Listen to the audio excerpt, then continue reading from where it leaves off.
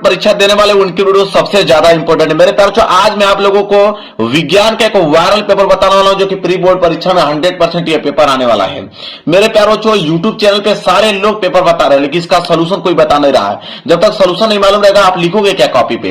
इसलिए मैं इस पेपर जैसे मेरे पास पेपर आया मैं पूरा का पूरा इसका सोल्यूशन डिटेल में मैं आप लोगों को बना दिया ताकि आप अच्छे तरीके से इस वीडियो को देख लो और प्री बोर्ड परीक्षा में भी मेरे प्यारों आप 95% लाकर दिखा दो कि हाँ प्री बोर्ड परीक्षा का भी टॉपर मैं ही हूं। और एक बात और सारे विद्यार्थियों को बताना चाहूंगा इस वीडियो के माध्यम से कि सारे जितने बच्चे हैं चाहे वो लड़की हैं चाहे वो लड़के हैं सारे विद्यार्थियों को प्री बोर्ड परीक्षा देना अनिवार्य है। अगर नहीं दोगे पहला काम 30 नंबर प्रैक्टिकल के नहीं जुड़ेंगे आपके और एडमिट कार्ड भी आप लोगों को नहीं मिलेगा। इसलिए आप लोगों के सारे विद्यार्थियों को प्री बोर्ड परीक्षा देना अनिवार्य है। और मेरे प्यारों को मैं पूरा का पूरा सोल्यूशन करा दिया है यहाँ पे विज्ञान के पेपर का। बस अच्छे तरीके से सोल्यूशन देखकर चले जाओ और 95% मार्क्स लेकर चले आओ। यह पेपर 70 नंबर का है, 70 में 70 बिल्कुल क्लियर करा दूंगा। और इस पेपर कॉल करने के लिए 3 घंटे 15 मिनट का समय लगेगा आप लोगों को। सबसे पहले यहाँ पे नाम और अनुक्रमांक आप लिख लीजिएगा मेरे प्यारों। अब बहुत ही ज्यादा सिंपल पेपर है, ऐसा नहीं कि बहुत ज्यादा हार्ड पेपर दिया आप नहीं कर पाओगे। सिंपल पेपर है, आसानी से आप कर पाओगे इसको। और यहाँ पे नीचे सामान्य निर्देश दिया गया जो कि पढ़ना बहुत ही ज्यादा कंपल्सरी है। देखिए पहला निर्देश बोला है कि प्रारंभ के 15 मिनट परीक्षार्थियों को प्रश्न पत्र पढ़ने के लिए निर्धारित है। कह रहा है कि 15 मिनट आपको टाइम दिया जाएगा इस पेपर को पढ़ने के लिए और 3 घंटे में इस पेपर को सॉल्व करना होगा। मतलब 15 मिनट आप सबसे पहले इस पेपर को पढ़ लीजिएगा और आपके पास 3 घंटे का टाइम मिलेगा, खूब आराम से इस पेपर को कीजिएगा। इसके बाद प्रश्न पत्र 2 खंडों में खंड अ तथा खंड ब में विभाजित है। यह पेपर 2 खंडों में बना हुआ है। एक तो खंड अ जिसमें 20 बहुविकल्पीय प्रश्न रहेंगे, एक आपका खंड ब जिसमें 50 नंबर का वर्णनात्मक प्रश्न रहेगा।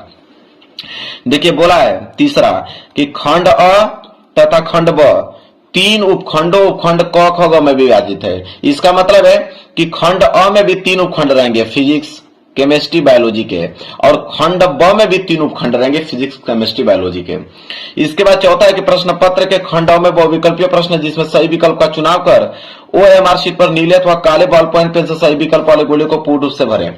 देखिए खंड अ में बहुविकल्पीय प्रश्न 20 बहुविकल्पीय प्रश्न जाएगा और इसमें आपके फिजिक्स के भी केमिस्ट्री के बायोलॉजी के तीनों मिलाकर 20 बहुविकल्पीय प्रश्न बनेंगे खंड अ में और तीनों मिलाकर 50 नंबर का बनेगा खंड ब में वर्णनात्मक प्रश्न। क्लियर है। इसके बाद है देखिए खंड में बहुविकल्पीय प्रश्न है तो प्रत्येक प्रश्न के लिए 1 अंक निर्धारित है। कह रहा है एक प्रश्न 1 नंबर के लिए पूछा गया है बहुविकल्पीय का, मतलब टोटल 20 बहुविकल्पीय प्रश्न है 20 नंबर के लिए पूछा गया है।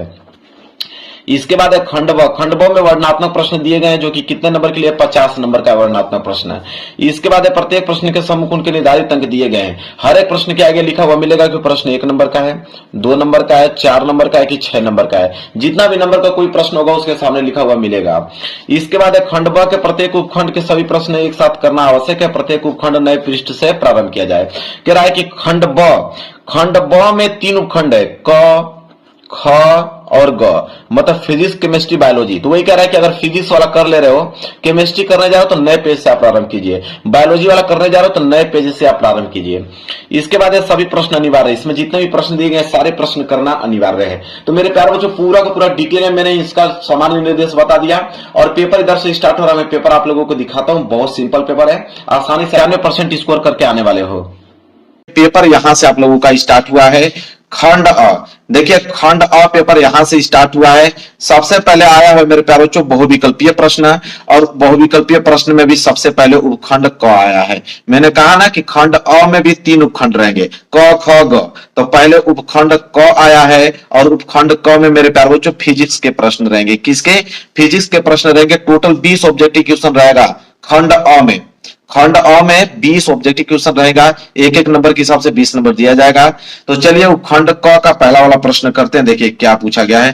पहला वाला प्रश्न मेरे प्यार जो बहुत सिंपल प्रश्न है, यही याद कर लोगे आप, कभी भूलोगे नहीं कि किसी वस्तु का आभासी एवं आकार में बड़ा प्रतिबिंब बनाने के लिए कौन से दर्पण का प्रयोग करना चाहिए। मेरे प्यारों जो बहुत ही ज्यादा सिंपल है कि अगर किसी वस्तु का आभासी और आकार में बड़ा प्रतिबिंब बनाना है तो कौन सा दर्पण का प्रयोग करोगे, तो अवतल दर्पण का प्रयोग करोगे। सिंपल जवाब है, क्योंकि अवतल दर्पण में किसी भी वस्तु का प्रतिबिंब आभासी तथा वस्तु से क्या बनता है मेरे प्यारों, जो बड़ा बनता है। सिंपल प्रश्न है, तुरंत याद हो गया होगा आपके दिमाग में अवतल दर्पण। कभी नहीं भूल पाओगे मेरे प्यारे बच्चों, और 20 में 20 ऑब्जेक्टिव क्वेश्चन करके आओगे। वहीं अगर हम बात करें दूसरे प्रश्नों को लेकर, दूसरा प्रश्न है कि किसी वस्तु का आभासी एवं आकार में बड़ा प्रतिबिंब बनाने के लिए कौन से लेंस का प्रयोग करना चाहिए। मेरे प्यारे बच्चों, यह दर्पण का प्रयोग था और यह लेंस का, क्वेश्चन दोनों सेम ही है, लेकिन वो दर्पण पूछा है या लेंस पूछा है मेरे प्यारे बच्चों, बस वहां पे पलट जाएगा, इसमें उत्तल लेंस हो जाएगा। ठीक है, दर्पण में मेरे प्यारे बच्चों क्या होता है कि दर्पण में किसी वस्तु का अगर आभासी और वस्तु से बड़ा प्रतिबिंब देखना होगा तो अवतल दर्पण का प्रयोग करते हैं। वहीं अगर लेंस की अगर हम बात करें कि किसी लेंस में अगर किसी वस्तु का आभासी और वस्तु से बड़ा प्रतिबिंब देखना होगा तो वह उत्तल लेंस होगा। बस दोनों का उल्टा होता है, उसमें अवतल दर्पण, इसमें उत्तल लेंस होता है। कभी नहीं भूल पाओगे मेरे प्यारे बच्चों। आगे बढ़ते हैं, ये अगला प्रश्न देख लीजिए। प्रश्न नंबर है तीसरा। देखिए मेरे प्यारे बच्चों, प्रश्न नंबर तीसरा क्या है कि आकाश के नीले रंग दिखने का कारण होता है। आसमान आपको नीला दिखाई देता है, किस लिए दिखाई देता है? परावर्तन के कारण, कि अपवर्तन के कारण, कि प्रकीर्णन के कारण, कि विक्षेपण के कारण। मेरे प्यारे बच्चों, ये बात आपको भी मालूम है कि आकाश का नीला रंग दिखाई देना प्रकीर्णन के कारण होता है। किसके कारण? प्रकीर्णन के कारण ही आकाश नीला दिखाई देता है। सिंपल जवाब है और ये कभी भूल नहीं पाओगे, इतने सिंपल ये प्रश्न है। वहीं अगर हम बात करें अगला प्रश्न को लेकर, प्रश्न नंबर 4 मेरे प्यारे बच्चों, प्रकाश की चाल अधिकतम होती है। मेरे प्यारे बच्चों, किसमें प्रकाश की चाल अधिकतम होगी? जल में, कांच में, हीरे में, निर्वात में। मेरे प्यारे बच्चों, आपको मालूम है कि प्रकाश की चाल स्पीड पूछा है, तो भाई जाहिर सी बात है कि जिसका यहाँ पे, जिसमें अपवर्तनांक मेरे प्यारे बच्चों जिसका कम होगा उसमें प्रकाश की चाल अधिक होगी। ठीक है, तो अपवर्तनांक की अगर बात करें तो निर्वात में, क्योंकि निर्वात में मेरे प्यारे, निर्वात का अपवर्तनांक सबसे कम होता है, इसलिए क्योंकि निर्वात में कण जो होते हैं मेरे प्यारे बच्चों बहुत काफी दूर दूर होते हैं। क्या होते हैं? कण जो है काफी दूर दूर होते हैं निर्वात में, इसलिए वहां पे प्रकाश की जो स्पीड होगी मेरे प्यारे बच्चों बहुत ही तेज होगी। ठीक है, हीरे का अपवर्तनांक सबसे अधिक होता है, तो हीरे का अपवर्तनांक अधिक होता है तो प्रकाश की चाल सबसे कम होती है इसमें, क्योंकि हीरे का अपवर्तनांक अधिक मतलब हीरे में छोटे छोटे कण बहुत नजदीक नजदीक कण होंगे, तो इसमें प्रकाश जल्दी से गुजर नहीं पाता है। ठीक है, तो मेरे प्यारे बच्चों आपको समझ में आ गया ना, प्रकाश की चाल अधिकतम होती है निर्वात में, क्योंकि खाली स्थान पाता है, वहां पे कण जो होते हैं दूर दूर होते हैं, प्रकाश जल्दी से निकल जाता है। समझ में आ गया? कभी नहीं भूल पाओगे मेरे प्यारे बच्चों। आगे बात करते हैं क्वेश्चन नंबर 5वां। मेरे प्यारे बच्चों, क्वेश्चन नंबर 5वां भी बहुत सिंपल प्रश्न, थोड़ा सा समझने लायक प्रश्न है कि यदि 3 विभिन्न मानों के प्रतिरोधों को श्रेणी क्रम समायोजन में जोड़ा जाए तो उन सभी निश्चित रूप से एक ही मान होगा। मेरे प्यारों जो कितना सिंपल है कि अगर 3 प्रतिरोध हैं, 3 प्रतिरोधों को अगर श्रेणी क्रम में जोड़ दिया जाए, देखिए आप ध्यान समझिए, एक पहला प्रतिरोध, यह हो गया दूसरा प्रतिरोध, यह हो गया मेरे प्यारों जो तीसरा प्रतिरोध। 3 प्रतिरोध अलग अलग हैं, यह है आपका R1 प्रतिरोध, यह है आपका R2 प्रतिरोध, यह है आपका R3 प्रतिरोध। मेरे प्यारों जो अगर 3 प्रतिरोधों को अगर श्रेणी क्रम में जोड़ दिया जाए तो बताए कि तो इन सभी निश्चित रूप से किसका मान समान होगा, किसका मान समान होगा मेरे प्यारे बच्चों। तो मेरे प्यारे बच्चों, अगर कोई 3 प्रतिरोध है, अगर आप समांतर क्रम में उसको जोड़े हो तो विद्युत धारा I का मान समान होगा, इन तीनों में I का मान बिल्कुल सेम होगा। ठीक है, तो इसका राइट आंसर हो जाएगा मेरे प्यारे बच्चों ऑप्शन नंबर सी। प्रत्येक प्रतिरोध में प्रवाहित होने वाली विद्युत धारा का मान, I का मान क्या होगा, तीनों में समान होगा मेरे प्यारे बच्चों।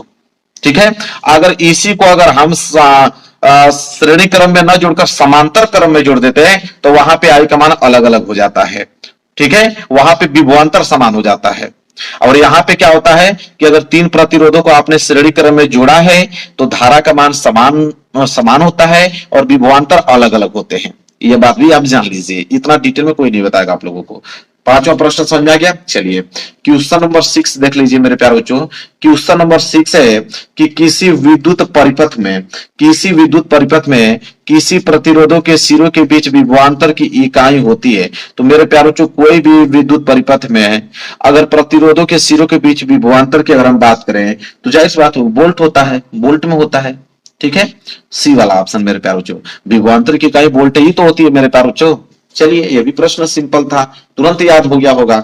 वहीं अगर हम बात करें 7वां प्रश्न को लेकर, देखिए थोड़ा ध्यान दीजिएगा प्रश्न नंबर 7वां में कि एक चुंबकीय क्षेत्र में क्षेत्र की लंबवत स्थित विद्युत धारावाही चालक पर लगने वाले बल की दिशा होती है मेरे प्यारे बच्चों। ठीक है, तो मेरे प्यारे बच्चों किसी चुंबकीय क्षेत्र में अगर क्षेत्र के लंबवत विद्युत धारावाही चालक पर लगने वाले बल कैसा होता है मेरे प्यारे बच्चों, तो इन दोनों दिशाओं की क्या होता है, लंबवत होता है। इसके और इन दोनों दिशाओं के बीच क्या होता है, लंबवत होता है, 90 अंश की डिग्री पे होता है मेरे प्यारे बच्चों। तो ये हो जाएगा कि इन दोनों दिशाओं के लंबवत होता है। सी वाला ऑप्शन जो होगा मेरे प्यारे बच्चों बिल्कुल राइट आंसर हो जाएगा। क्लियर है, कोई डाउट आप लोगों को नहीं होना चाहिए, बहुत सिंपल है मेरे प्यारे बच्चों।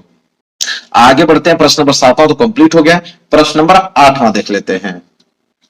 चलिए मेरे प्यारे बच्चों, प्रश्न नंबर 8वां तो स्टार्ट हो गया उपखंड ख। उपखंड ख मतलब मेरे प्यारे बच्चों केमिस्ट्री के प्रश्न है। यहां से आपके केमिस्ट्री के प्रश्न देखने को मिलेगा और प्रश्न नंबर 8वां से केमिस्ट्री का प्रश्न स्टार्ट है। क्या है मेरे प्यारे बच्चों प्रश्न नंबर 8वां, देखिए ये भी प्रश्न सिंपल है। अब यहाँ पे एल्केन पूछा है कि एल्केन का सामान्य सूत्र क्या होगा, तो इतना ज्यादा सिंपल है मेरे प्यारे बच्चों। क्या होता है, CnH2n+2। ये तो सिंपल है मेरे प्यारे बच्चों, आपको भी मालूम है। इस फार्मूले पे कोई भी आप लगते हो तो वो एल्केन ही प्राप्त होगा। तो एल्केन का सामान्य सूत्र है CnH2n+2 होता है। क्लियर है मेरे प्यारे बच्चों, आगे देख लो वही प्रश्न नंबर 9 कि निम्नलिखित में समजातीय श्रेणी है। अब इसमें बताना कि समजातीय श्रेणी कौन है मेरे प्यारे बच्चों। ए वाला ऑप्शन बी सी डी, ठीक है। उपयुक्त के संदर्भ में सही विकल्प आपको यहाँ पे दिया हुआ है मेरे प्यारे बच्चों। तो समजातीय श्रेणी की अगर हम बात करें तो ए वाला ऑप्शन देखो C2H4 तथा C3H6 ये समजातीय श्रेणी के अंतर्गत आता है, और एक सी वाला भी, क्योंकि HCHO और CH3CHO ये दोनों जो है वो समजातीय श्रेणी के अंतर्गत आते हैं। तो पहला और तीसरा वाला मतलब कौन सा, पहला तीसरा मेरे प्यारे बच्चों डी वाला ऑप्शन देख पा रहे हो, बिल्कुल राइट आंसर हो जाएगा। तो समजातीय श्रेणी के अंतर्गत C2H4 C3H6 और SCHO CH3CHO, तो पहला और तीसरा मेरे प्यारे बच्चों है ना सिंपल, बिल्कुल मेरे प्यारे बच्चों सिंपल है। इसका जवाब आप तुरंत दे पाओगे मेरे प्यारे बच्चों, कभी भूल नहीं पाओगे।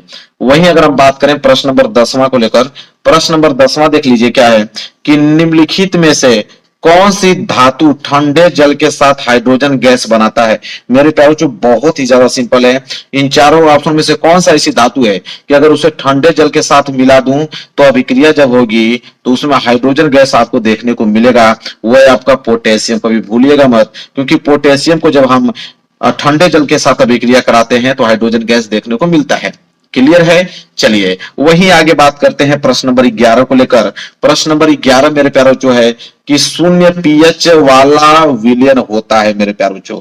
तो अगर 0 pH वाला विलयन होता है मेरे प्यारे बच्चों, आपको मालूम है कि अम्लीय होता है, क्योंकि ग्राफ आप देखा है आपने मेरे प्यारे बच्चों, ठीक है। ग्राफ आप देखते हो कि मेरे प्यारे बच्चों कि 7 रहेगा तो उदासीन हो जाता है मेरे प्यारे बच्चों।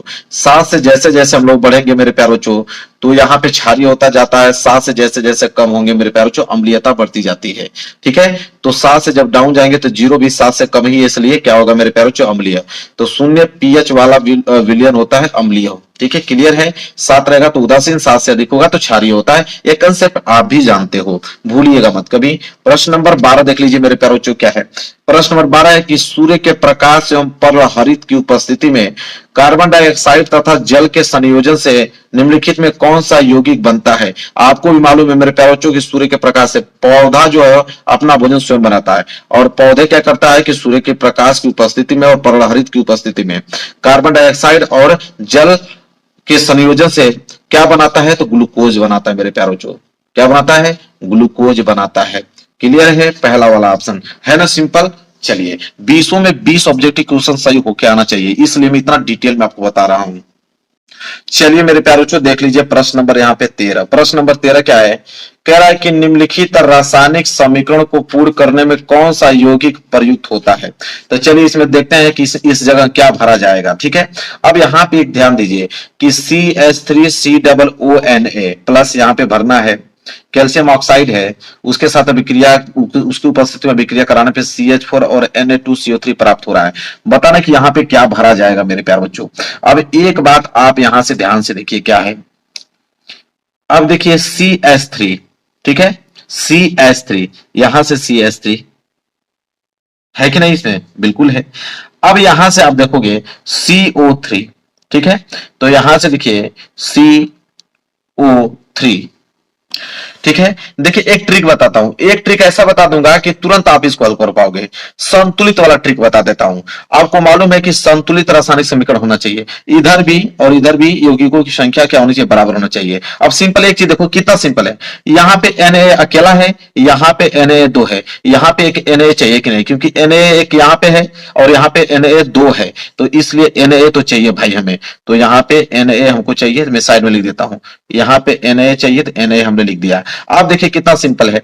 अब ध्यान दीजिए, यहां पे ऑक्सीजन 3 है और यहां पे ऑक्सीजन 2 है, एक ऑक्सीजन चाहिए तो एक ऑक्सीजन तो भैया चाहिए, तभी तो यहां पे भी आपका 3 ऑक्सीजन है, यहां पे भी 2 ऑक्सीजन, एक मिलकर 3 हो जाएगा। होगा कि नहीं? बिल्कुल। हाइड्रोजन चेक कर लो, हाइड्रोजन 4, हाइड्रोजन 3, एक हाइड्रोजन और चाहिए तो एक हाइड्रोजन मैंने यहां लिख दिया, तो NaOH भरा जाएगा बी वाला ऑप्शन। आप बताओ कितना सिंपल है। तो जब भी इस तरह का गैपिंग वाला आ जाए कि यहाँ पे क्या भरा जाएगा, संतुलित रासायनिक समीकरण वाला नियम लगाइए, ले जाइए आंसर। बिल्कुल आसान है कि नहीं? बिल्कुल आसान। देख लीजिए। अब मेरे प्यारो जो उपखंड ग स्टार्ट हो गया। उपखंड ग मतलब बायो वाले प्रश्न, यहां से बायोलॉजी के प्रश्न आपको देखने को मिलेगा। बायो वाले प्रश्न स्टार्ट हो रहे हैं क्वेश्चन नंबर 14 से लेके, क्वेश्चन नंबर 14 से बायोलॉजी वाले प्रश्न स्टार्ट होंगे। और देखिए क्या है, कह रहा है कि पौधों में फ्लोएम का कार्य होता है। तो पौधे मतलब मेरे प्यार जो पौधों में फ्लोएम होता है, फ्लोएम का कार्य क्या होता है? फ्लोएम मतलब मेरे प्यार जो देखो एक ट्रिक बताता हूं। फ्लोएम इंग्लिश में आप ऐसे लिखते हो फ्लोएम, तो एफ एफ मतलब क्या होता है? फूड। एफ मतलब आप जान जाओ कि फूड होता है, अब फूड मतलब भोजन। तो पौधों में फ्लोएम का कार्य होता है भोजन का संवहन करना। ठीक है, किसका संवहन करना? भोजन का। भोजन मतलब खाद्य पदार्थ। तो यहाँ पे देखिए क्या लिखा है, खाद्य पदार्थों का हस्तांतरण। कभी कभी डायरेक्ट लिख देता है भोजन का संवहन करने में, और कभी कभी घुमा दिया है कि खाद्य पदार्थ। तो खाद्य पदार्थ भोजन है तो है, तो खाद्य पदार्थों का हस्तांतरण करने के लिए। और मेरे प्यारों चो एक ट्रिक और बता देता हूं, पौधों में फ्लोएम की जगह जगह कभी कभी मेरे प्यारों चो यहाँ पे जाइलम पूछा जाता है। क्या पूछा जाता है? जाइलम, कि पौधों में जाइलम का कार्य होता है। तो जाइलम मतलब ज मतलब जल का वहन करने में। किसका वहन करने में? जल का वहन करने में। तो कभी अगर आपको जाइलम पूछे तो जल का वहन करने में, फ्लोएम पूछे तो भोजन का वहन करने में या खाद्य पदार्थों का हस्तांतरण करने में। क्लियर है? चलिए आगे बात कर लेते हैं प्रश्न नंबर 15। प्रश्न नंबर 15 देख लीजिए मेरे प्यारे बच्चों, क्या है? यह है कि मनुष्यों में पाचन की शुरुआत किस अंग से होती है? तो मनुष्य में पाचन की शुरुआत किस अंग से होती है? भाई जब हम खाना खाते हैं कहां से? मुख से। तो मुख से ही पाचन की क्रिया क्या हो जाती है? स्टार्ट हो जाती है। मुख से, जैसे ही मुख में आप खाने को प्रवेश करोगे वहीं से क्रिया हो जाती है पाचन की स्टार्ट। ठीक है, चलिए आगे बढ़ते हैं, अगला प्रश्न देखेंगे। और प्रश्न नंबर यहाँ पे 16। प्रश्न नंबर 16 मेरे प्यार बच्चों क्या है कि निम्नलिखित में से कौन सा एक पादप हार्मोन है? ठीक है, तो पादप हार्मोन बताना है कि इन चारों ऑप्शनों में से कौन है मेरे प्यार बच्चों। तो देखो जिब्रेलिन, जिब्रेलिन जो है यह पादप हार्मोन है, मतलब पौधों में पाए जाने वाले हार्मोन है जिब्रेलिन। ठीक है, याद रख लेना। याद हो गया? चलिए आगे बढ़ते हैं। प्रश्न नंबर 17 देख लीजिए क्या है। वृद्धि हार्मोन स्रावित होता है। तो एक वृद्धि हार्मोन स्रावित होता है कहां से? थायराइड ग्रंथि से, कि प्यूटेटरी जिसे पीयूष ग्रंथि बोलते हैं, कि अधिवृक्क ग्रंथि से, कि अग्नाशय से। तो वृद्धि हार्मोन जो स्रावित होता है वो पिट्यूटरी मतलब पीयूष ग्रंथि से स्रावित होता है। इस बात को अच्छे तरीके से याद कर लेना, एक दो बार प्रैक्टिस कर लेना। ठीक है, आगे बढ़ेंगे और अगला प्रश्न देखेंगे मेरे प्यारे बच्चों, प्रश्न नंबर 18। और प्रश्न नंबर 18 है कि निम्नलिखित में से कौन सा पराग कोश के अंदर बनता है? तो मेरे प्यारे बच्चों पराग कोश के अंदर पराग के कण ही तो बनेंगे, और क्या बनेंगे? तो बी वाला ऑप्शन। तो पराग कोश में पराग के कण बनते हैं। सिंपल जवाब है 18 का बी वाला ऑप्शन जो होगा बिल्कुल राइट आंसर हो जाएगा। चलिए आगे बात करते हैं प्रश्न नंबर 19। पुष्प का जनन अंग पूछा है कि पुष्प का जनन अंग इन चारों ऑप्शन में से कौन है? तो पुष्प का जनन अंग जायांग होता है मेरे प्यारे बच्चों। ठीक है, सी वाला ऑप्शन है ना, सिंपल। बिल्कुल। आगे बढ़ेंगे, अगला देख लो प्रश्न नंबर 20वां लास्ट प्रश्न है खंड अ का, कि वायुमंडल की ओजोन परत पृथ्वी को बचाती है। तो वायुमंडल की ओजोन परत पृथ्वी को बचाती है किस किरणों से? एक्स किरणों से, कि पराबैंगनी यूवी किरणों से, कि गामा किरणों से, किनमें से कोई नहीं? तो ये बात सिंपल हर एक बच्चा जानता है कि पराबैंगनी किरणों से, ठीक है, ओजोन परत क्या करती है? हमें बचाती है। बी वाला ऑप्शन जो है बिल्कुल राइट आंसर हो जाएगा। क्लियर है मेरे प्यार बच्चों? कोई डाउट नहीं। अब यहां से हम लोग देखेंगे मेरे प्यार बच्चों खंड ब। अब खंड ब मेरे प्यार बच्चों वर्णनात्मक प्रश्न है। 50 नंबर का सारा प्रश्न बताऊंगा, 70 में 70 नंबर आप लोगों को लाना है मेरे प्यार बच्चों। चलिए देखते हैं यहाँ पे। और 21वां प्रश्न है, क्या है मेरे प्यार बच्चों? 21वां प्रश्न है, पढ़ता हूं। और 21वां प्रश्न 4 नंबर के लिए, देखिए 4 नंबर के लिए 21वां प्रश्न है। न्यूमेरिकल दिया हुआ है मेरे प्यार बच्चों, ये 4 नंबर नहीं, 4 नंबर यहाँ पे है, सॉरी, ये तो 4 मीटर उसका सवाल में क्वेश्चन दिया गया है। तो चलिए पढ़ते हैं। 4 नंबर के लिए प्रश्न है, बोला है कि एक मोटर बाइक पर, ध्यान से सुनिएगा, एक मोटर बाइक पर पीछे से आ रहे किसी अन्य वाहन को देखने के लिए 4 मीटर वक्रता त्रिज्या वाला एक उत्तल दर्पण लगा है। बाइक से पीछे आ रहे एक वाहन जिसकी दूरी जो है मोटर बाइक से किसी समय 8 मीटर है, तो गणना करके बताइए कि उसका प्रतिबिंब दर्पण में कितनी दूरी पर और कहां पर बनेगा मेरे प्यारे बच्चों। प्रश्न जो है बहुत ज्यादा ही इंपॉर्टेंट है मेरे प्यारे बच्चों।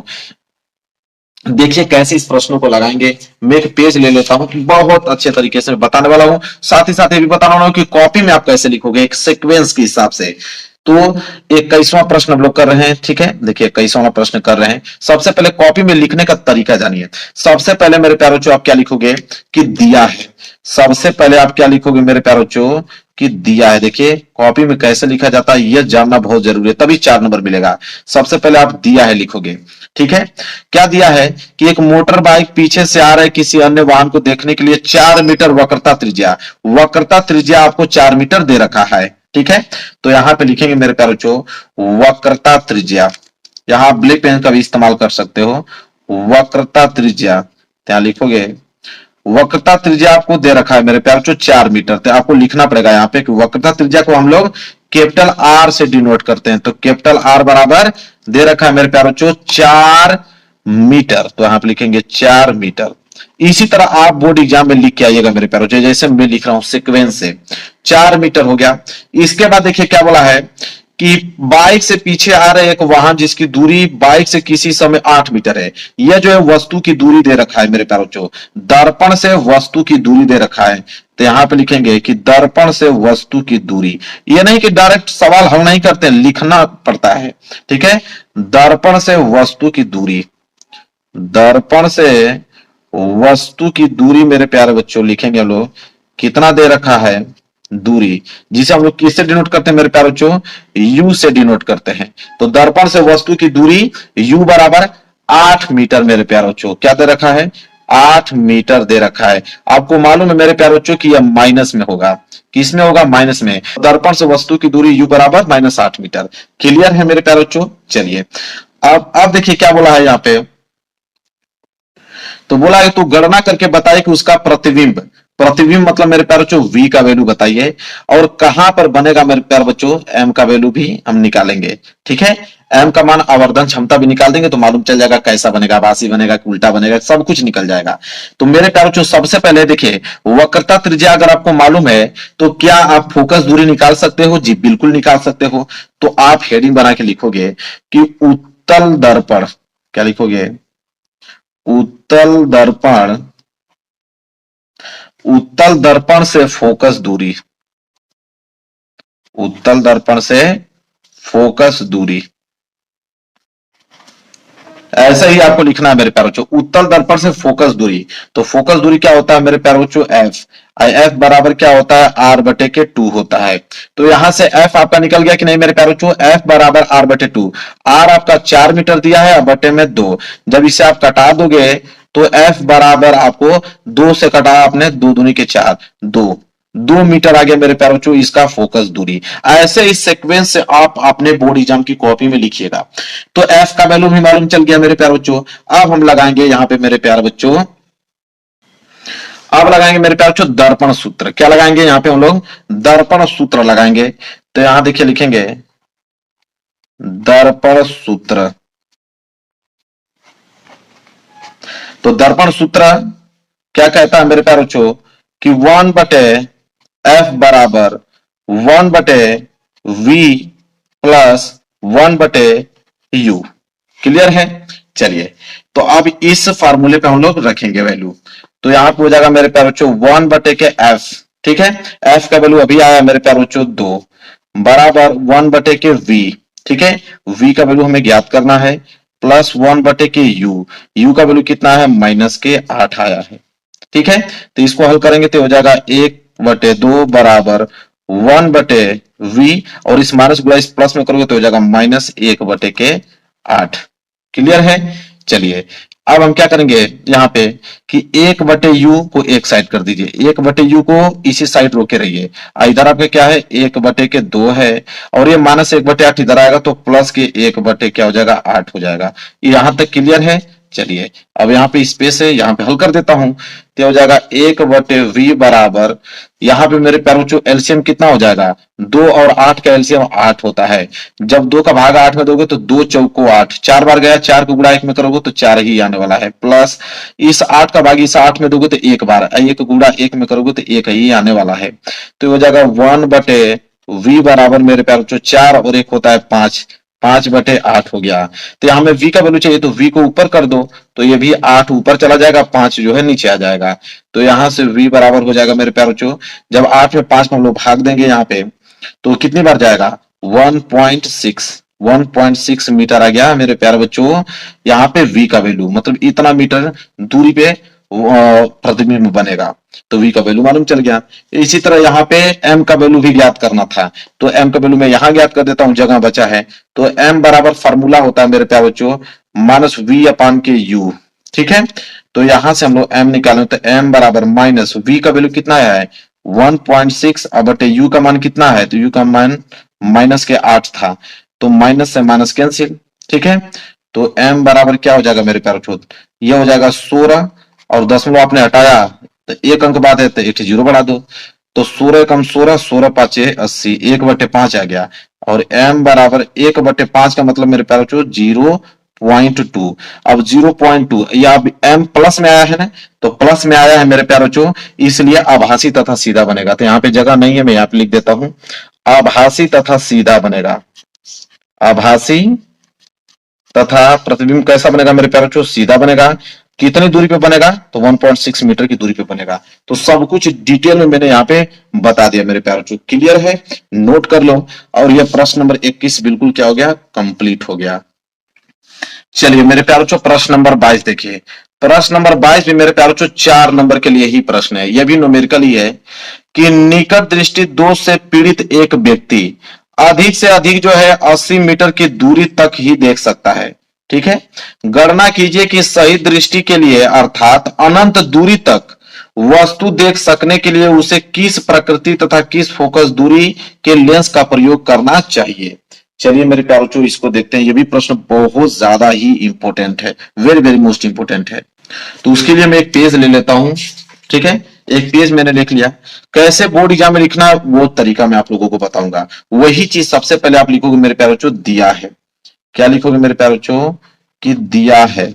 यहाँ पे पहली हेडिंग आपकी क्या रहेगी, दिया है, फिर कामा लगाओगे। क्या दिया है, तो देखिए बोला है कि 80 मीटर की दूरी तक ही देख सकता है, मतलब यहाँ पे वस्तु की दूरी दे रखा है, ठीक है। वस्तु की दूरी, तो यहाँ पे आप हेडिंग बना के लिखोगे वस्तु की दूरी, जिसे हम लोग यू से डिनोट करते हैं मेरे प्यारे बच्चों।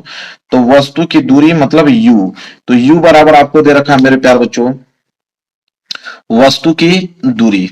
बोला है कि निकट दृष्टि दोष से पीड़ित एक व्यक्ति अधिक से अधिक 80 मीटर की दूरी तक देख सकता है। देख सकता है मतलब प्रतिबिंब की दूरी है, यह वस्तु की दूरी नहीं है। गणना कीजिए कि सही दृष्टि के लिए अर्थात अनंत दूरी तक वस्तु को देख सकने के लिए, अच्छा वस्तु की दूरी अनंत दे रखा है, तो u बराबर मेरे प्यारे बच्चों अनंत दे रखा है। और वो भी किस में रहेगा मेरे प्यारे बच्चों, माइनस में रहेगा, क्योंकि निकट दृष्टि दोष उसको है, ठीक है। तो निकट दृष्टि दोष है, तो निकट मतलब अवतल लेंस मेरे प्यारे बच्चों, ठीक है। निकट दृष्टि दोष दूर करने के लिए हमें अवतल लेंस का प्रयोग होता है। तो यहाँ पे हम लगाएंगे मेरे प्यारे बच्चों माइनस, इनफाइनाइट हो जाएगा वस्तु की दूरी।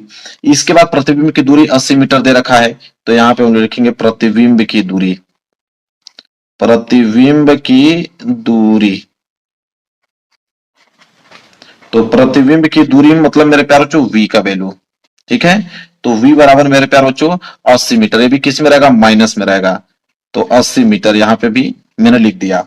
अब मेरे प्यारे बच्चों बोला है फोकस दूरी हमसे पूछा है, ठीक है, और किस लेंस का प्रयोग करना चाहिए पूछा है, प्रकृति पूछा है मेरे प्यारे बच्चों, ठीक है। मतलब क्षमता पूछा है उसका। चलिए हम सब कुछ निकाल के दिखा देंगे आपको। तो वस्तु की दूरी u का वैल्यू दे रखा है, प्रतिबिंब की दूरी v का वैल्यू दे रखा है, लेंस की फोकस दूरी पूछा है, तो हम लिखेंगे लेंस की फोकस दूरी, लेंस की फोकस दूरी। तो मेरे प्यारों जो लेंस की फोकस दूरी मतलब f बराबर क्वेश्चन मार्क दे रखा है, तो हम यहां पे लगाएंगे अब लेंस सूत्र से। क्या लिखेंगे? लेंस सूत्र से। लेंस सूत्र क्या कहता है मेरे प्यारे बच्चों?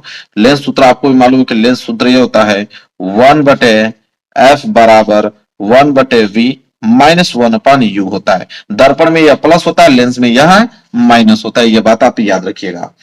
चलिए अब यहाँ पे रखते हैं मान, तो 1/f, f का मान निकालना है, बराबर 1/v, v का वैल्यू कितना दिया? -80, हो जाएगा -1/u, u का वैल्यू है माइनस इन्फानाइट। ठीक है, तो हो जाएगा 1/f बराबर 1/-80, और इस माइनस गुना इस माइनस में होगा तो हो जाएगा यह प्लस। ठीक है, क्या हो जाएगा? प्लस 1/इन्फानाइट। और आपको मालूम है मेरे प्यारे बच्चों 1/इन्फानाइट का मतलब क्या होता है? कुछ नहीं। 1/इन्फानाइट का मतलब कुछ नहीं, नगड़े मानिए उसको। तो ये हो जाएगा मेरे प्यारे बच्चों 1/f बराबर 1/-80। हमें f का वैल्यू चाहिए मेरे प्यारे बच्चों, तो f का ऊपर कर दो, तो f बराबर क्या हो जाएगा? ये भी ऊपर चला जाएगा -80। ठीक है, तो -80 मीटर आ जाएगा इसका फोकस दूरी मेरे प्यारे बच्चों। क्लियर है?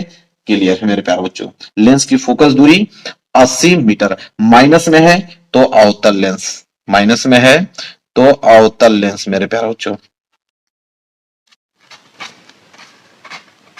ठीक है, अवतल लेंस। अब मेरे प्यारे बच्चों यहाँ पे हमें लेंस की क्षमता भी पूछा था। ठीक है, तो लेंस की क्षमता भी हम लोग लिख लेते हैं। तो यहाँ पे लिखेंगे लेंस की क्षमता, हेडिंग बनाएंगे। लेंस की क्षमता को हम लोग P से डिनोट करते हैं, ये बात आपको भी मालूम होगा। P बराबर फार्मूला होता है मेरे प्यारे बच्चों 1/f, लेकिन f किस में होना चाहिए? मीटर में होना चाहिए। तो f का मान तो मीटर ही में आया है, तो बिल्कुल P बराबर, मीटर में नहीं रहता तो मीटर में आप इसको चेंज करते हैं हम लोग, तो हो जाएगा 1/f। तो f का वैल्यू कितना है? -80। तो 1/-80 डायोप्टर, इसको चेंज कर लीजिए, हल कर दीजिए। P बराबर, जब इसको हल करके भाग दोगे तो आ जाएगा -0.0125 डायोप्टर लेंस की क्षमता आ जाएगा। बिल्कुल बिल्कुल आसान है मेरे प्यारे बच्चों। चलिए ये भी प्रश्न मैंने हल करके आप लोगों को बता दिया। क्लियर है? चलिए तो प्रश्न नंबर 22 भी बिल्कुल आसान तरीके से मेरे प्यारे बच्चों मैंने आप लोगों को बताया, कोई डाउट नहीं होना चाहिए। प्रश्न नंबर 21 भी, प्रश्न नंबर 22। आगे बढ़ते हैं मेरे प्यारे बच्चों, अगला देख लीजिए क्या है। प्रश्न नंबर 23। प्रश्न नंबर 23 है कि फ्लेमिंग के बाएं हाथ का नियम क्या है? चुंबकीय क्षेत्र में रखे विद्युत धारावाही चालक पर लगने वाले बल किन किन कारकों पर निर्भर करता है? ये प्रश्न 4 नंबर के। चलिए देखते हैं फ्लेमिंग के बाएं हाथ का नियम मेरे प्यारे बच्चों। ठीक है, बहुत सिंपल है मेरे प्यारे बच्चों। देखिए कैसे इसका सलूशन हम लोग लिखेंगे उसको जानिए। फ्लेमिंग के बाएं हाथ का नियम, तो यहां पे मेरे प्यारे बच्चों प्रश्न नंबर 23 फ्लेमिंग के बाएं हाथ का नियम पर आप हेडिंग बना लीजिएगा। हेडिंग बनाने के बाद लिखिएगा कि इस नियम के अनुसार, क्या लिखेंगे? इस नियम के अनुसार यदि हम अपने बाएं हाथ के अंगूठे, तर्जनी व मध्यमा को इस प्रकार फैलाएं कि तीनों परस्पर लंबवत रहें, इस स्थिति में तर्जनी चुंबकीय क्षेत्र की दिशा B और मध्यमा धारा I की दिशा प्रदर्शित करे, तो अंगूठा चालक पर लगने वाले बल की दिशा प्रदर्शित करेगा। कितना सिंपल है मेरे प्यारे बच्चों। बाएं हाथ ले लीजिए आप। ठीक है, मैं थोड़ा छोटा करता हूं ताकि मेरा हाथ दिखे, मैं समझा पाऊं। ये बाएं हाथ है, बाएं हाथ को मुझे इस प्रकार घुमाना है मेरे प्यारे बच्चों, इस प्रकार घुमाना है कि तर्जनी उंगली, इसे बोलते हैं मेरे प्यारे बच्चों तर्जनी उंगली, कि तर्जनी उंगली चुंबकीय क्षेत्र की दिशा की ओर। ठीक है, और यह मध्यमा जो है मेरे प्यारे बच्चों, यह मध्यमा किसको डिनोट करेगा मेरे प्यारे बच्चों? मध्यमा उसके धारा को डिनोट करेगा, और यह जो आपका अंगूठा है चालक पर लगने वाले बल को डिनोट करेगा। दिख नहीं रहा है पूरा। ठीक है, तो मेरे प्यारे बच्चों यही क्वेश्चन में दिया है। ठीक है, कि यदि हम अपने बाएं हाथ के अंगूठे, तर्जनी व मध्यमा को इस प्रकार फैलाएं कि तीनों परस्पर लंबवत हो, मतलब तीनों 90 अंश का कोण बनाए। मतलब देख लीजिए आप इस तरह, ये भी इनके भी देखिए 90 अंश का कोण बना रहा है, ये भी अगर मैं हम देखे तो इसमें 90 अंश का कोण बना रहा है। इसको अगर मैं इस वाले अंगुली को उठाकर अगर यहाँ पे सटा दूं, ये भी 90 अंश का कोण बनाएगा। मैं चित्र बना देता हूं, चित्र तो बनाना ही पड़ेगा आपको, तो मैं अपने हाथों से चित्र बनाता हूं, आप भी बनाइए मेरे साथ। ठीक है, सभी लोग मिलकर चित्र बनाते हैं। देखिए आपको एग्जाम में तो चित्र बनाना ही पड़ेगा, तो देखिए कितना सिंपल मैं चित्र बनाऊंगा, इसी तरह आप भी बना लीजिए।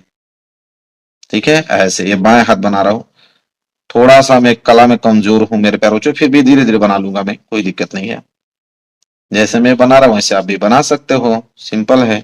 ऐसे बना दो, एक अंगुली और बनाना पड़ेगा तो एक अंगुली के लिए और ले लो, ये छोटी बना दो का। ठीक है, देखो कितना बढ़िया है। इसके बाद आप एक काम करो कि ऐसे कर दो, इसके बाद इसको यहां से मिला दो। मिला दिया आपने, अंगुली की तरह दिख रहा है। एक अंगुली यहां बना दो, इसको थोड़ा रंग देते हैं ताकि अंगुली दिखे, और इसको भी यहां से रंग देते हैं ताकि अंगुली दिखे। और यहाँ पे इस तरह कर दीजिए ताकि ये लगे कि हाँ अंगुली बनाया है कोई। ठीक है, और यहाँ पे बीच में जो रेखा होता है रेखा को बना लीजिए इस तरह। ये देखिए अंगुली दिख रहा है कि नहीं, बिल्कुल दिख रहा है। तो वही कह रहा मेरे प्यार बच्चों कि यह कि इस चीज में तर्जनी चुंबकीय क्षेत्र की दिशा, तर्जनी यह अंगुली मेरे प्यार बच्चों तर्जनी होती है, तो ये चुंबकीय क्षेत्र की दिशा को डिनोट करती है। तो यहाँ पे लिख देंगे हम लोग चुंबकीय क्षेत्र। क्या लिख देंगे? चुंबकीय क्षेत्र।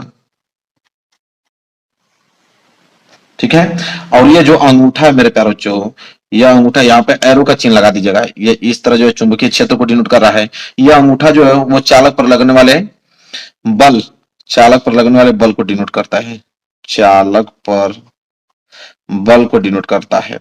और ये जो मध्यमा उंगली है, ये जो मध्य वाली उंगली देख रहे हो, ये वाली, ये मध्य वाली उंगली जो होता है मेरे प्यार बच्चों, ये विद्युत धारा को डिनोट करती है। किसको?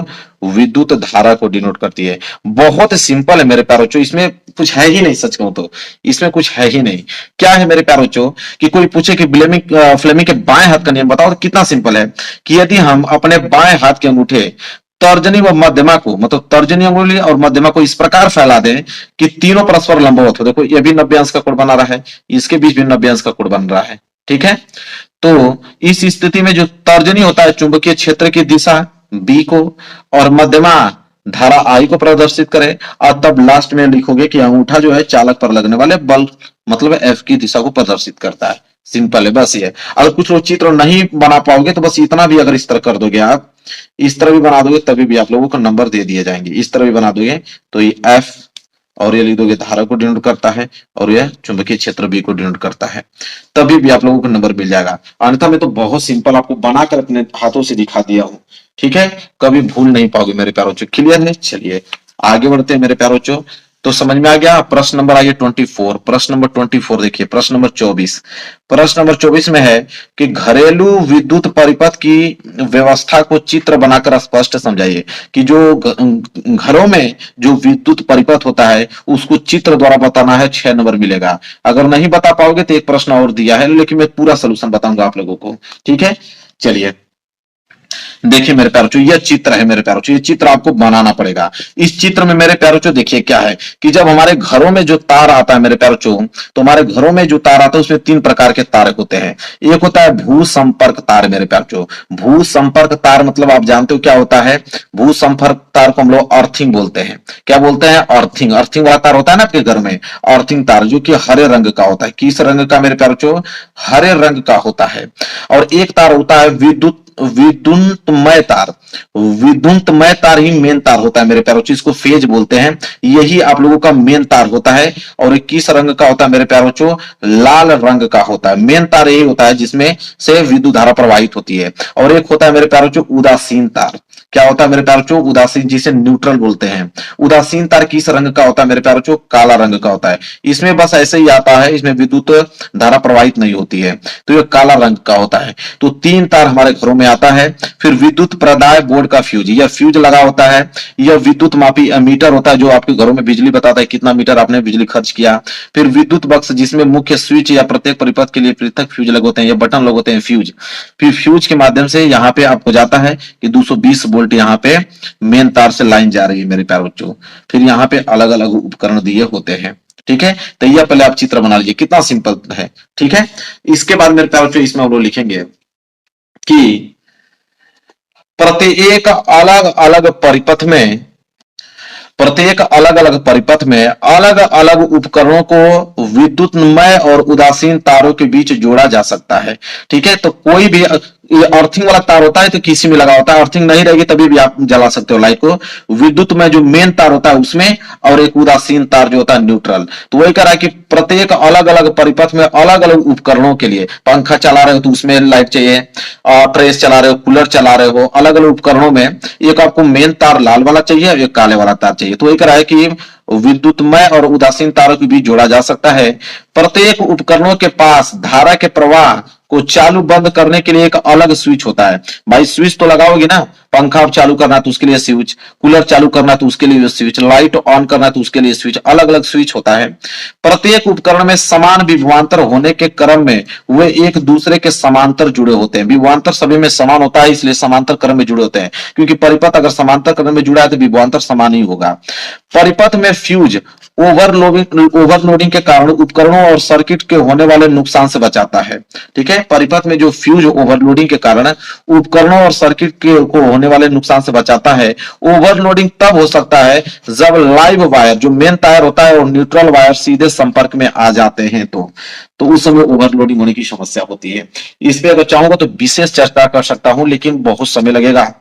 ठीक है, इस पे बहुत समय लगेगा, तो अन्यथा पूरा डिटेल में बता देता आप लोगों को। लेकिन एग्जाम में बस इतना ही लिखना है, आप चित्र बनाकर, ये चित्र बनाकर अब बस इतना लिख दोगे, नंबर आपको मिल जाएगा। ठीक है, चलिए आगे बढ़ते हैं मेरे प्यारे बच्चों। हाँ, अगर ये प्रश्न नहीं करना चाहते हो तो अथवा करके एक प्रश्न और दिया है, चलिए उसको दिखाता हूं। वो नहीं करना चाहते हो तो एक प्रश्न और दिया गया, देखिए न्यूमेरिकल है कि दिए गए परिपथ में, ये जो परिपथ दिए गए परिपथ में पहला कुल धारा बताना है, दूसरा सेल से प्रवाहित धारा, और तीसरा 0.8 ओम प्रतिरोध के सिरों के बीच विभवांतर ज्ञात कीजिए। तो देख लीजिए, परिपथ है, 6 ओम और 2 ओम के प्रतिरोध किस क्रम में जुड़े हैं? समांतर क्रम में। और एक आपका यहाँ पे श्रेणी क्रम में 0.8 ओम प्रतिरोध जुड़ा हुआ है। ठीक है, और 12 वोल्ट का यहाँ पे अमीटर जुड़ा हुआ है। ठीक है, अब देखिए यहाँ पे क्या करेंगे हम लोग मेरे प्यारे बच्चों। सबसे पहले हम लोग निकालेंगे कुल प्रतिरोध। पहला तो यही क्वेश्चन पूछा ना कि कुल प्रतिरोध बताइए, तो एक पेज ले लेता हूं और मैं आपको समझाता हूं। सबसे पहले हम लोग निकालने वाले हैं कुल प्रतिरोध। तो यहाँ पे पहला वाला मैं हेडिंग बनाता हूं, कुल प्रतिरोध। कुल प्रतिरोध यह हेडिंग हो गया। अब कुल प्रतिरोध कैसे निकालेंगे, आप ध्यान समझिए। अब आप ही बताइए मेरे प्यारे बच्चों कि आप देख रहे हो कि यह 6 ओम और 2 ओम के प्रतिरोध किस क्रम में जुड़े हैं? समांतर क्रम में जुड़े हैं। तो पहले इनको हल करेंगे, तो आपको लिखना पड़ेगा, यानी कि डायरेक्ट हल करना नहीं चालू करना है, लिखना पड़ेगा। ठीक है, तो आप लिखेंगे सबसे पहले कि दिए गए, क्या लिखेंगे, दिए गए परिपथ में V बराबर कितना, पहले वोल्ट देख लो, 12 वोल्ट दिया है, मतलब V का वैल्यू दिया है आपको 12 वोल्ट।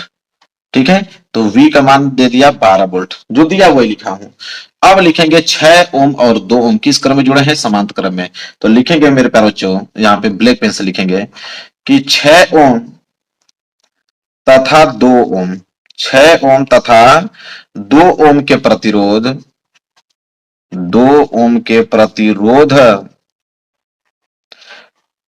6 ओम तथा 2 ओम के प्रतिरोध समांतर क्रम में, समांतर क्रम में संयोजित हैं या जुड़े हुए हैं, दोनों में कुछ भी लिख सकते हो। संयोजित हैं, तब कुल प्रतिरोध, तब अगर हम कुल प्रतिरोध निकालें तो देखिए मेरे प्यारे बच्चों, 6 ओम और 2 ओम समांतर क्रम में जुड़ा हुआ है, तो कुल प्रतिरोध जब समांतर क्रम में जुड़ा होता है तो फॉर्मूला क्या कहता है कि 1/R1, कुल प्रतिरोध 1/R1 बराबर क्या होता है, 1/ पहला प्रतिरोध कितने का है 6 प्लस दूसरा प्रतिरोध, तो 1/में दूसरा प्रतिरोध कितना है 2। ठीक है, ऐसे निकाला जाता है ना, सिंपल है। तो 1/R1 बराबर क्या हो जाएगा, 6 और 2 का एलसीएम 6, 6 से 6 कैंसिल, बचा 1, 2 का भाग 6 में दोगे तो 2 तिहाई 6, 3 बार गया, 3 का गुणा जब 1 में करोगे तो 3 ही आने वाला है। तो हो जाएगा आपका 1/R1 बराबर 3 और 1 मिलकर कितना हो जाएगा 4 बटे कितना 6। जब कटाओगे तो 2 दूनी के 4 और 2 तिहाई 6, 2/3। तो हमें तो R1 की वैल्यू चाहिए, तो R1 बराबर क्या हो जाएगा 3 ऊपर चला जाएगा, 2 कहा जाएगा नीचे आ जाएगा। तो यहां से देखोगे तो R1 बराबर 3/2 का आधा करोगे मेरे प्यारे बच्चों तो कितना आ जाएगा 1.5। तो 1.5 ओम आ गया R1 का वैल्यू। किसका R1 का वैल्यू। अब मेरे प्यारे बच्चों ध्यान से इस चित्र में देखो कि जब इन दोनों को मैंने सॉल्व किया तो यहाँ पे R1 आया। क्या आया R1। अब R1 और यह दोनों यहाँ पे जब हल करोगे तो R1 आ गया। क्या आ गया सिर्फ R1। अब R1 और 0.8 ओम इस किस क्रम में दिख रहे हैं तो ये श्रेणी क्रम में दिख रहे हैं, सीधी लाइन में दिख रहे हैं मतलब श्रेणी क्रम में दिख रहे हैं। तो फिर उसी के नीचे अब फिर हम लगाएंगे, लिखेंगे मेरे प्यारे बच्चों, उसी के नीचे हम लिखेंगे कि ब्लैक पेन से कि R1 जो अभी निकाला हूं R1 प्रतिरोध, यहां पे लिखेंगे कि R1 प्रतिरोध को 0.8 ओम 0.8 ओम के साथ 8 ओम के साथ श्रेणी क्रम, किस क्रम में मेरे प्यारे बच्चों श्रेणी क्रम में संयोजित करने पर, श्रेणी क्रम में संयोजित करने पर, श्रेणी क्रम में संयोजित करने पर कुल प्रतिरोध, अब इन दोनों श्रेणी क्रम में जुड़े हैं तो अब यहाँ पे कुल प्रतिरोध निकालेंगे। कुल प्रतिरोध अब यहाँ पे मान देते हैं इसको R2, क्योंकि R1 निकल गया था R2, तो R2 बराबर क्या हो जाएगा मेरे प्यारे बच्चों R1 प्लस 0.8, क्योंकि श्रेणी क्रम में क्या होता है कि जितने प्रतिरोध है उसको सबको जोड़ा जाता है। तो R2 बराबर क्या हो जाएगा R1 प्लस 0.8। तो यहाँ पे लिखेंगे R2 बराबर R1 का वैल्यू तो निकल के आया है 1.5 प्लस ये आपका 0.8। तो यहाँ पे जब इसको लिखोगे R2 बराबर, तो R2 बराबर क्या हो जाएगा 1.5 और 0.8, 8 5 13 मतलब कि 2.3। तो 2.3 ओम आ गया R2 का वैल्यू। और यही होगा पूरा टोटल, पूरा कुल प्रतिरोध जो है यहाँ पे निकल के आ गया। कुल प्रतिरोध 2.3 ओम, ये हो गया कुल प्रतिरोध। तो पहला वाला पार्ट मेरे प्यारे बच्चों हमने क्या कर दिया, बिल्कुल सॉल्व कर दिया। समझ में आ गया आप लोगों को, किसी बच्चे को डाउट नहीं होना चाहिए। क्लियर है। चलिए मेरे प्यारे बच्चों अब दूसरा पार्ट सॉल्व करते हैं। इसमें दूसरा पार्ट क्या है कि सेल से प्रवाहित धारा मतलब आई का वैल्यू पूछा है। तो यहाँ पे दूसरा पार्ट देखिए सॉल्व कर रहे हैं कि सेल से प्रवाहित धारा, सेल से प्रवाहित धारा, तो सेल से प्रवाहित धारा हम लोग निकालने जा रहे हैं। तो सेल से प्रवाहित धारा मतलब आई का वैल्यू, तो आई बराबर मेरे प्यारे बच्चों V अपान के क्या होता है मेरे प्यारे बच्चों R2। R2 मैंने किस लिए लिखा क्योंकि कुल प्रतिरोध चाहिए ना पूरा सर्किट का, तो पूरा सर्किट का R2 ही तो निकल के आया अभी। तो I बराबर क्या हो जाएगा V, तो V का वैल्यू अभी हमने देखा 12 वोल्ट था, बटे R2 का वैल्यू आया है मेरे प्यारे बच्चों कितना 2.3 आया है। तो I बराबर मेरे प्यारे बच्चों क्या हो जाएगा, यहाँ पे ये दशमलव हटाओगे तो ऊपर एक जीरो बढ़ जाएगा, तो ऊपर तो 120 हो जाएगा, नीचे हो जाएगा आपका 23। जब यहाँ भाग दोगे तो I बराबर आ जाएगा आपको 5.2 एम्पियर, क्योंकि धारा का मात्रक एम्पियर होता है। तो I बराबर 5.2 एम्पियर आ गया। अब तीसरा पार्ट सॉल्व करते हैं मेरे प्यारे बच्चों। तीसरा पार्ट क्या दिया है कि 0.8 ओम प्रतिरोधों के सिरों पर विभवांतर ज्ञात कीजिए। तो 0.8 ओम, बस इस पर नहीं पूछा है, बस इस पर कि 0.8 ओम प्रतिरोधों के सिरों के बीच बताए कि यहाँ पे विभवांतर कितना होगा। ठीक है, तो इसका विभवांतर निकालने के लिए क्या होगा V बराबर IR2। ठीक है, तो V बराबर I का मान अभी आया मेरे प्यारे बच्चों 5.2 गुणे R2 का वैल्यू मतलब किस पे पूछा है 0.8 ओम, तो यही R2 कहलाएगा। तो R2 का वैल्यू कितना दिया है 0.8। तो V बराबर मेरे प्यारे बच्चों जब गुणा करोगे तो आ जाएगा 4.16 वोल्ट। ये आ गया मेरे प्यारे बच्चों विभवांतर। क्लियर है। तीनों पार्ट मैंने सॉल्व करके बिल्कुल आसान तरीके से बता दिया। क्लियर है मेरे प्यारे बच्चों। चलिए साइड करते हैं, ये भी क्वेश्चन आपको समझ में आ गया होगा। चलिए मेरे प्यारे बच्चों आगे बढ़ते हैं और यहाँ पे स्टार्ट हो गया मेरे प्यारे बच्चों उपखंड ख। क्या स्टार्ट हो गया उपखंड ख, और उपखंड ख में मेरे प्यारे बच्चों केमिस्ट्री वाले प्रश्न आपको देखने को मिलेगा। ठीक है, चलिए तो केमिस्ट्री वाला प्रश्न देख लेते हैं। और केमिस्ट्री में सबसे पहले मेरे प्यारे बच्चों प्रश्न नंबर 25वां से स्टार्ट होता है। क्या दिया है उसको ध्यान से समझिए। देखिए बोला है यहाँ पे मेरे प्यारे बच्चों कि निम्नलिखित अभिक्रियाओं के लिए संतुलित समीकरण लिखे। और जितनी भी अभिक्रियाएं देख रहे हैं यहाँ पे सबको संतुलित समीकरण लिखना है। 4 नंबर, सब पे एक एक नंबर दिया जाएगा। इस पे भी एक नंबर, इस पे भी, इस पे भी, इस पे, चारों जो है हल करोगे तो 4 नंबर दिए जाएंगे। एक एक करके मैं हल करता हूं मेरे प्यारे बच्चों। देखिए क्या है, बोला है पहला वाला कि calcium hydroxide plus carbon dioxide मिलकर बनाते हैं कैल्शियम कार्बोनेट प्लस जल बनाते हैं। संतुलित करना है इसको।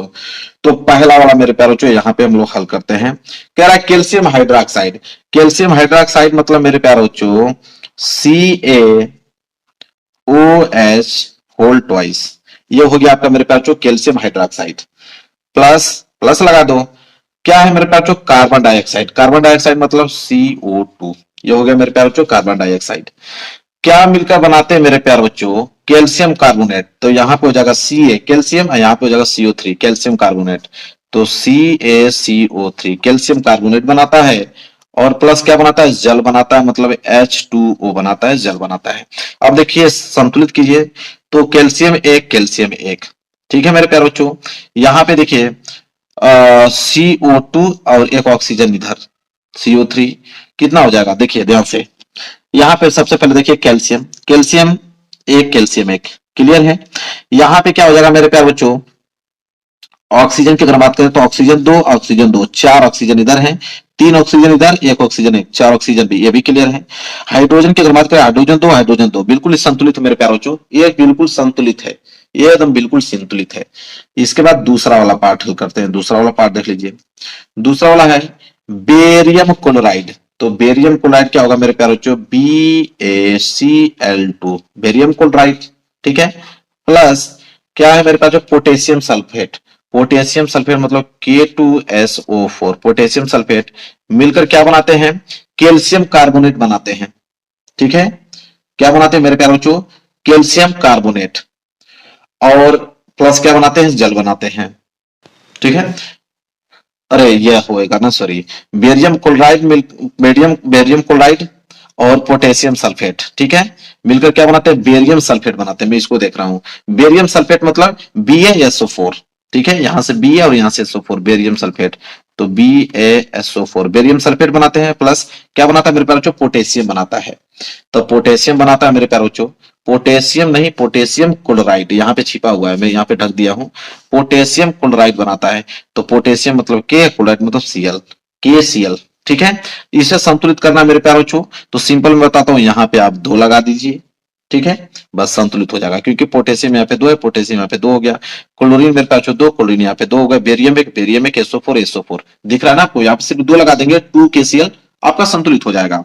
वही अगर हम बात करें तीसरा, देख लीजिए तीसरा मेरे प्यारे बच्चों। तीसरा क्या है, इसको हटाता हूं। देखिए तीसरा है आपका जिंक। तो जिंक के क्या होता है, Zn, ये तो सब लोग जानते हैं।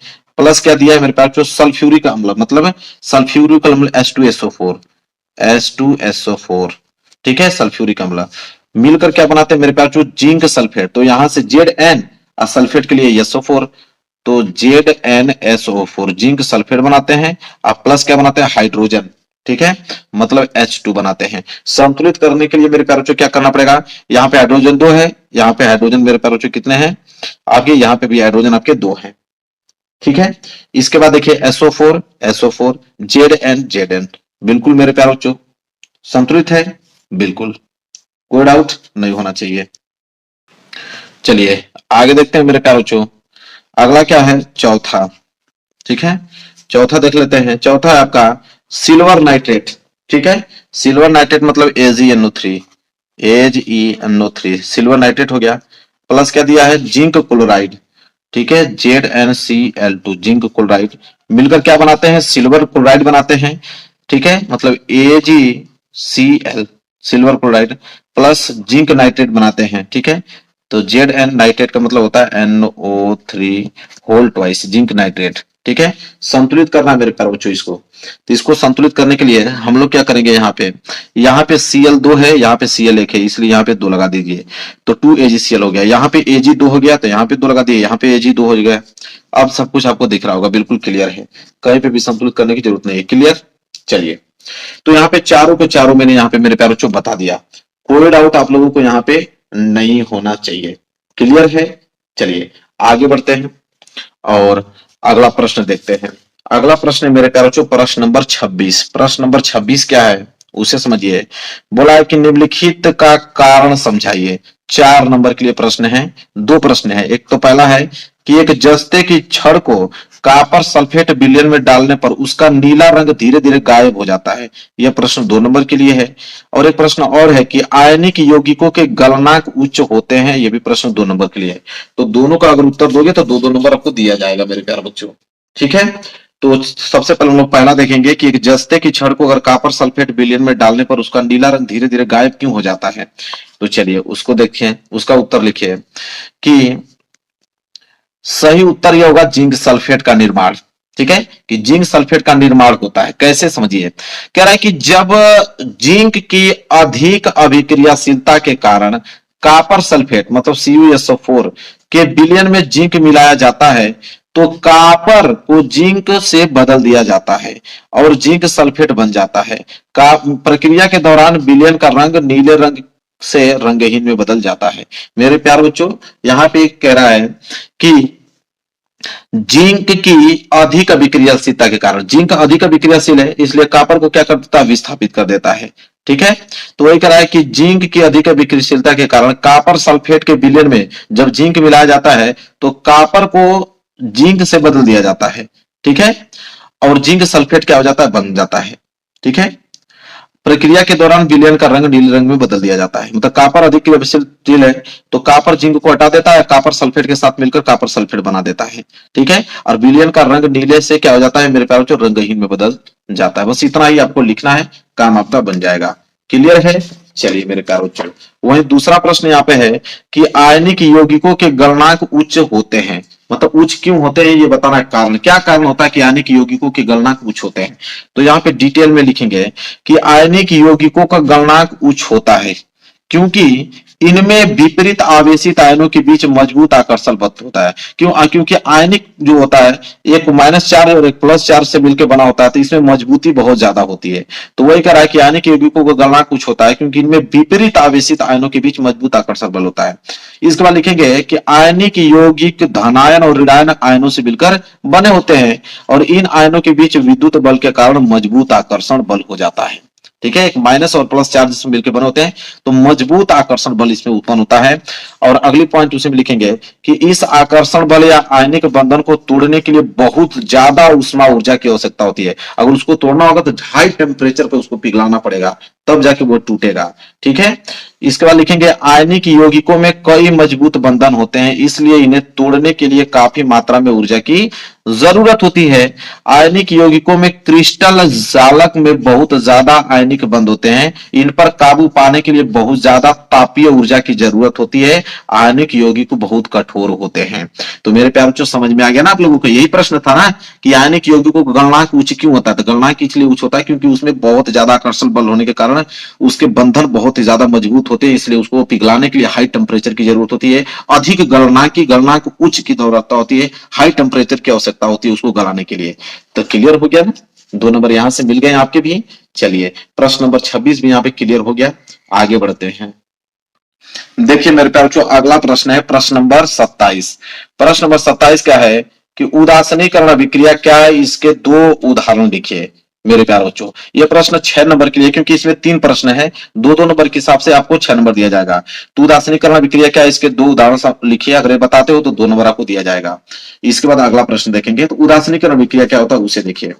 तो मेरे प्यारे बच्चों देखिए उदासीनीकरण अभिक्रिया किसे कहते हैं। 27वां प्रश्न है उदासीनीकरण अभिक्रिया। हेडिंग बना लीजिए, लिखिए कि जब कोई अम्ल व क्षार आपस में क्रिया करते हैं तो लवण व जल बनाते हैं जिसे उदासीनीकरण अभिक्रिया कहते हैं। सिंपल, कितना जवाब सिंपल है कि जब कोई अम्ल व क्षार आपस में मिलकर लवण तथा जल बनाएगा समझ लीजिए उदासीनीकरण अभिक्रिया कहलाएगा। देखिए मैं लिखा भी हूं, अम्ल प्लस क्षार मिलके इधर लवण और जल बनाते हैं, उदासीनीकरण अभिक्रिया है। उदाहरण भी देना है, 2 उदाहरण इसके बताने हैं मेरे प्यारे बच्चों। तो चलिए 2 उदाहरण ले लेता हूं। पहला उदाहरण ले लेता हूं HCl। HCl आपका अम्ल है और एक क्षार में ले लेता हूं आपके सोडियम हाइड्रोक्साइड ले लेता हूं NaOH, ये आपका क्षार है। जब इनसे अभिक्रिया कराऊंगा तो लवण बनेगा, देखिएगा इधर से आपका Na प्लस और इधर से Cl माइनस मिलकर हो जाएगा NaCl। ठीक है, NaCl का आपका एक सोडियम क्लोराइड जो कि लवण है और क्या बनाएगा, जल बनाएगा, H2O बनाएगा। तो यह है आप लोगों का उदासीनीकरण अभिक्रिया मेरे प्यारे बच्चों, समझ में आ गया। चलिए यहाँ पे लिख लीजिएगा, ये क्या है, HCl क्या है मेरे प्यारे बच्चों, हाइड्रोक्लोरिक अम्ल। मैं लिख भी देता हूं, बहुत लोग भूल जाते हैं कि है क्या। ये आपका है हाइड्रोक्लोरिक अम्ल। हाइड्रोक्लोरिक अम्ल होता है, लिख लीजिए मेरे प्यारे बच्चों, इतना बेहतरीन कोई नहीं बताएगा आप लोगों को। और NaOH क्या है आपका, सोडियम हाइड्रोक्साइड है, सोडियम हाइड्रोक्साइड, सोडियम हाइड्रोक्साइड है।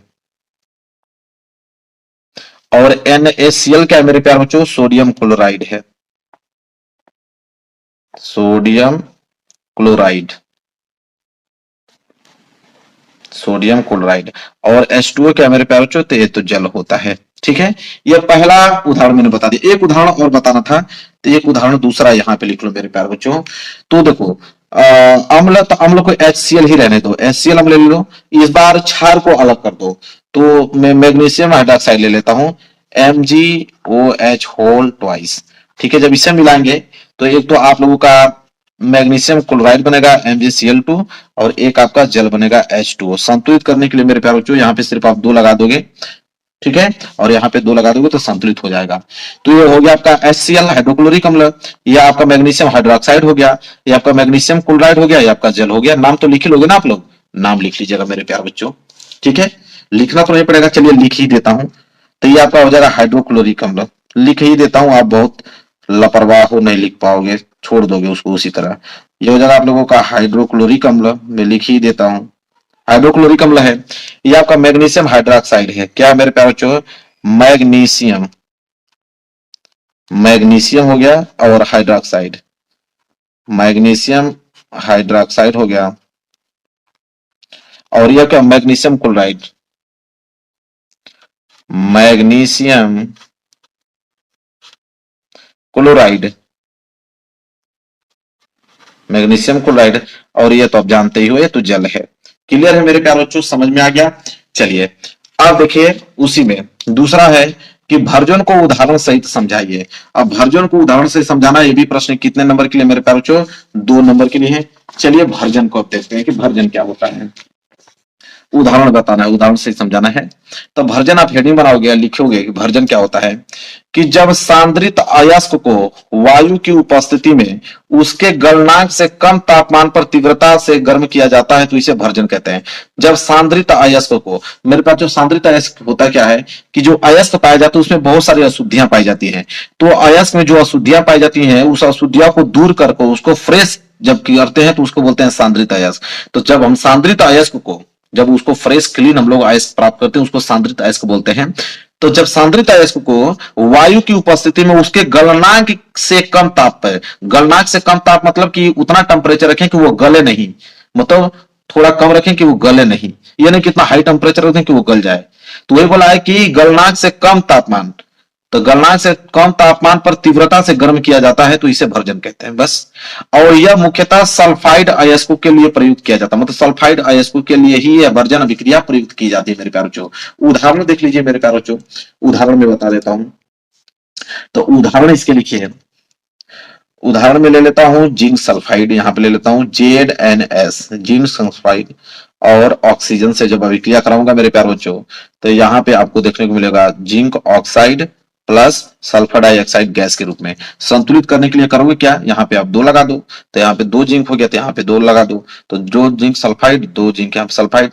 ठीक है, और यहाँ पे ऑक्सीजन की मात्रा तो 2 और 2 4 हो गया। ठीक है, तो यहाँ पे मेरे प्यारे बच्चों कितना हो जाएगा, ठीक है, ऑक्सीजन की मात्रा कितनी है, 2 इधर 1 3 है, और यहाँ पे कितने मेरे प्यारे बच्चों ऑक्सीजन, तो यहाँ पे अगर हम 3 लगा दें तो 3CO2 हो जाएगा, 3CO2 बन गया। ठीक है, तो यहाँ पे लिख देंगे 2ZnS प्लस 3O2, 2ZnO और SO2, यह सल्फर डाइऑक्साइड गैस है। क्लियर है मेरे प्यारे बच्चों, लिख लीजिए, नाम भी लिख लीजिए। तो हो जाएगा जिंक सल्फाइड का अयस्क मेरा लिया है, जिंक सल्फाइड का अयस्क, जिंक सल्फाइड का अयस्क मैंने लिया हुआ है। और ये आप तो O2 जानते ही हो क्या है, ऑक्सीजन। O2 क्या है मेरे प्यारे बच्चों, ऑक्सीजन है। और अगर हम बात करें ZNO, ये क्या है, जिंक ऑक्साइड, जिंक ऑक्साइड है। और यह क्या आपका sulphur dioxide gas, sulphur dioxide. Clear है मेरे प्यारे बच्चों, सल्फर डाइऑक्साइड। चलिए आगे बढ़ते हैं, अगला प्रश्न देखेंगे। एक प्रश्न और उसमें दिया था, क्या है मेरे प्यारे बच्चों, निम्नलिखित यौगिकों के IUPAC नाम लिखे। अब मेरे प्यारे बच्चों इसके IUPAC नाम लिखना है। CH3 C double bond O, अब सिंगल बॉन्ड से OH जुड़ा है, ठीक है। तो चलिए इसको देखते हैं, CH3, ठीक है। तो इसको हम लोग ऐसे लिख सकते हैं मेरे प्यारे बच्चों, इसका IUPAC नाम लिखने के लिए बोला है। तो हो जाएगा आप लोगों का कार्बन, और 3 हाइड्रोजन इससे जुड़े थे, 3 हाइड्रोजन इससे जुड़े थे, CH3 हो गया। फिर single bond carbon, carbon double bond से ऑक्सीजन जुड़ा था, और सिंगल बॉन्ड OH जुड़ा था। इसका IUPAC नाम पूछा है कि इसका IUPAC नाम क्या होगा। ये आपका एसिटिक अम्ल है मेरे प्यारे बच्चों, क्या है आपका, एसिटिक अम्ल। और इसका IUPAC नाम पूछा है, तो इसका IUPAC नाम हो जाएगा एथेनोइक अम्ल, ठीक है। क्या हो जाएगा मेरे प्यारे बच्चों, एथेनोइक अम्ल हो जाएगा, एथेनोइक अम्ल, ये नहीं होगा, एथेनोइक अम्ल हो जाएगा। क्लियर है। चलिए इसमें एक और दिया था मेरे प्यारे बच्चों, CH3CHO, CH3CHO, उसको देख लेते हैं मेरे प्यारे बच्चों, CH3CHO, ठीक है। ये आपका एसिटाल्डिहाइड है, क्या है, एसिटाल्डिहाइड है मेरे प्यारे बच्चों। इसका IUPAC नाम पूछा है, तो इसका IUPAC नाम हो जाएगा मेरे प्यारे बच्चों एथेनल।